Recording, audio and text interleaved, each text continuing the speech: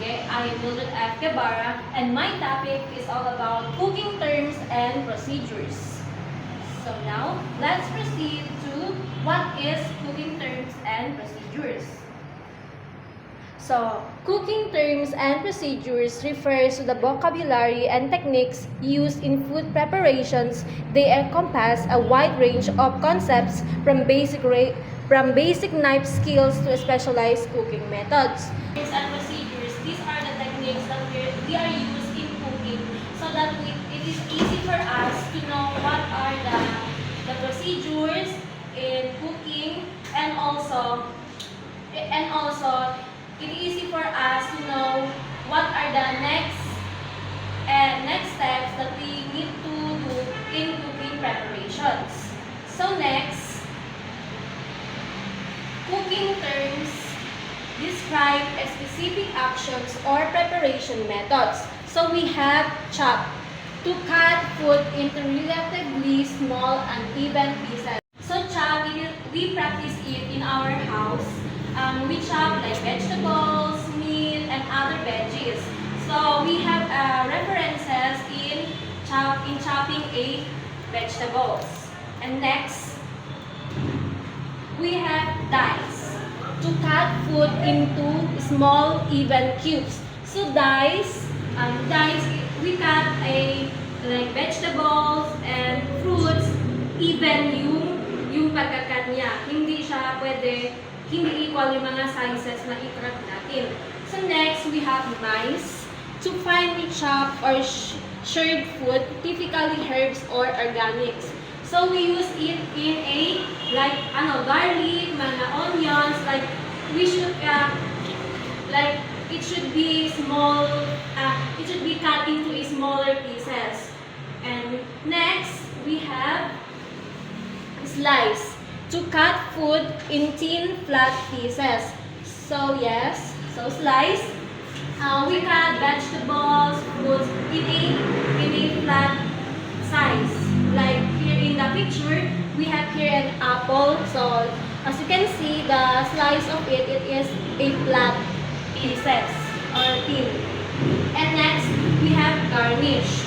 Garnish, to decorate a dish with a small amount of food for visual appeal and added flavor. So we use it here like mga decorating of food to look creative and also to add flavors. And next, we have seasonings, to add salt, pepper, or spices to enhance the flavor of a dish. So yes, seasoning, we use it in cooking to add flavors like salt, pepper, and other spices to enhance the flavor of the food. Next, we have the baste, to moisten food during cooking with pan juices or a sauce to prevent drying. Sa baste, we use, ginagamit natin dito yung mga brush, like sa bread, gagamitin natin yung like milk, ilagay natin sa bread para ma-enhance yung flavor din. And next, we have marinade, to soak food in a flavorful liquid to tenderdize and add taste. So for example, sa meat or sa chicken, barbecue, nagamarinate tayo para maging masarap, and also pwede pa natin kainin to the other day. And we have blanch, to briefly boil food, usually vegetables, to partially cook and brighten color. So blanch, ito yung pagluto ng mga gulay na partial lang yung pag-cook. Yung mga vitamins ay hindi natatanggal sa mga vegetables.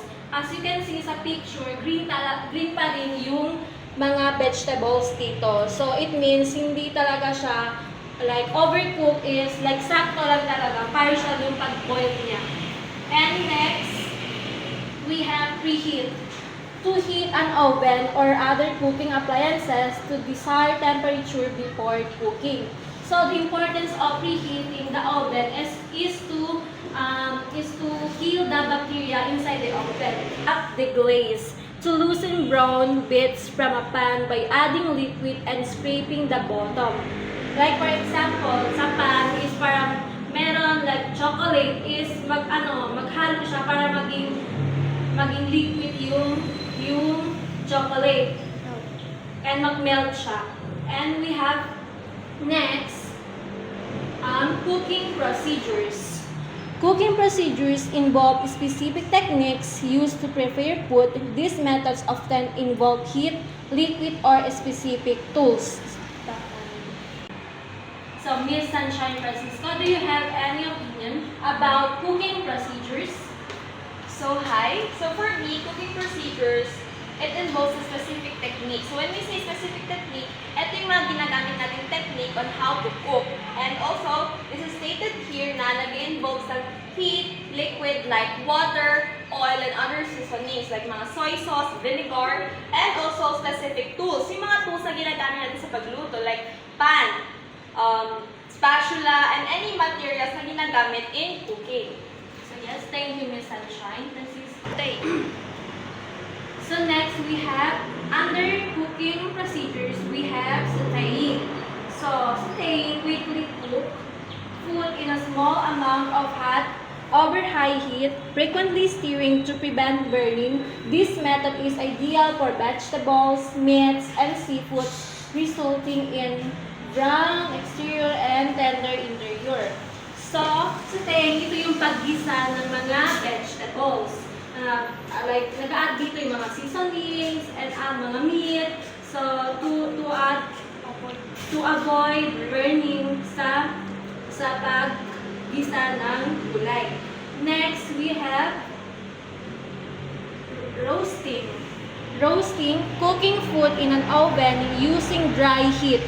Roasting typically involves higher temperatures around 400 Fahrenheit or more, and it's often used for meats and vegetables. So roasting, ito yung pagluto ng chicken sa loob ng oven, around 400 Fahrenheit or more. And also, yung pag-roasting ng chicken is enough yung nutrients ng chicken. We have braise. A combination of cooking methods involves searing food at high heat, then simmering it in liquid at a lower temperature in a covered pot. These standardize whole cuts of meat and vegetables. So, Miss Sunshine Francisco, do you have any opinion about braise? So, hi. So, braise is one also of the examples of cooking methods and procedures. So, when we say braise, ito yung, di ba, we have different techniques on how to cook, di ba? For example, magluluto ako ng adobo. So, di ba, yung mga tao, meron silang different methods or techniques on how to cook yung adobo. Meron, diretso na, like, yung lalagyan nila agad lahat-lahat doon sa pan. And meron yung iba, like, sinosauté muna yung mga garlic, onion, and also the meat. And after nun, pag nasauté na nila, nakikita na golden brown na yung mga chicken or yung mga garlic and onion doon na nila nilalagay yung mga seasonings like vinegar, soy sauce, and oils, and also the water. So next, we have simmering. Simmering, cooking food in a liquid just below the boiling point, creating gentle bubbles. This method is suitable for soups. Cooking food in liquid just below the boiling point, creating gentle bubbles. This method is suitable for soup and delicate ingredients. So when we say simmering, ito yung pagluto ng mga soup. And also, yung simmering, ito yung pagluto ng para mag-mix talaga yung sabaw and mga other vegetables. And dapat yung heat niya is sakto lang para maging parang enough yung lasa and mga gulay niya. And yung texture is like same yung mga pag-boil niya. So we have next is boiling. Boiling, cooking food in rapidly bubbling liquid. This method is used for pasta, eggs, and vegetables. So boiling is known for us. Nag-boil tayo ng mga eggs, like pasta, and other vegetables. So, Miss Sunshine, we have... So, as it's stated here in the example, we have pasta, egg, and vegetable. We all know naman yung mga pasta, yung mga, di ba, matitigas sila. So, kailangan mo na silang i-boil in order for them na maging tender. So thank you, Miss Sunshine, for that. So we have steaming. Steaming, cooking food using steam, often in a steamer basket above boiling water. This method is healthy and preserves nutrients. Miss Sunshine, do you have any ideas about steaming? Steaming, as you can see in the example, we have here siopaw. Hindi lang naman siopaw yung ginagamit para mag-steam. We also have siomai. We can also boil naman yung mga, steam naman yung mga hot dogs. Kasi, in steaming, makaka-save tayo and also, yung nutrients nandun pa rin kasi hindi na nagagamit ng oil. So Miss Sunshine Francisco, do you have any opinion about broiling? So, broiling, ito yung pagluto sa oven. For example, yung mga mayayaman, we all know naman hilig silang kumain ng steaks.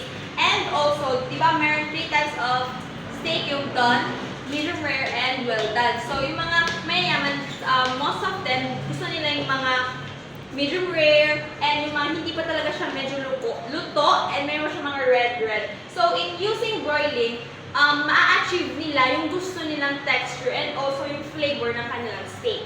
So thank you for that, Miss Sunshine. So next we have deep frying. So deep frying, immersing food in hot oil. This method creates a crispy exterior and tender interior. So deep frying is common sa mga fried chicken and mga fries and other like chicken skin also.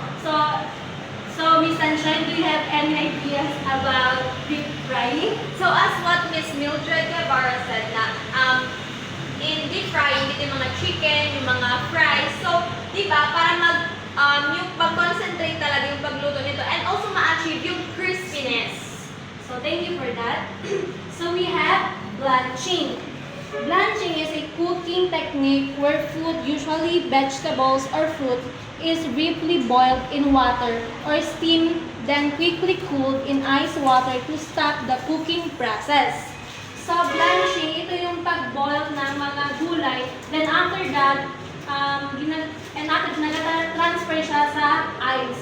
Like parang may ice yung water para ma-achieve yung texture ng gulay and also the nutrients inside of the fruits or vegetables. So next, we have the importance of cooking terms and procedures. So we have consistency and accuracy, efficiency in the kitchen, safety, improved outcomes, and creativity. So those are the importance of cooking techniques and procedures. So we have consistency and accuracy. So in cooking, dapat consistent yung mga procedures and mga heat and mga ingredients para ma-achieve natin yung mga lasa ng niluluto nating mga food. And also we have efficiency in the kitchen. So next we have safety. So dapat in kitchen, to prevent the accident, so dapat i-off yung mga oven and other mga gas stove. So para ma-prevent ng mga harm inside sa kitchen. And also, Miss Sunshine, do you have any? And also, sa safety, yung mga kagamitan sa kusina, kailangan naka-arrange. And kasi, di ba, yung mga bata, makukulit sila. So, kailangan natin lagyan. For example, yung mga knife, kailangan naka-arrange sila sa isang lugar na hindi naaabutan ng mga maliit na bata.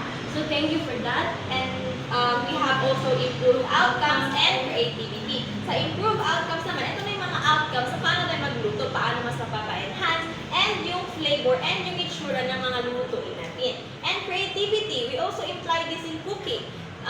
Paano natin may ipamas masarap yung ulam. Yes, para yung appearance din is para ma-attract yung mga customers or yung mga pamilya natin na kumakain. And that's all for my report. So this is my reference. So thank you.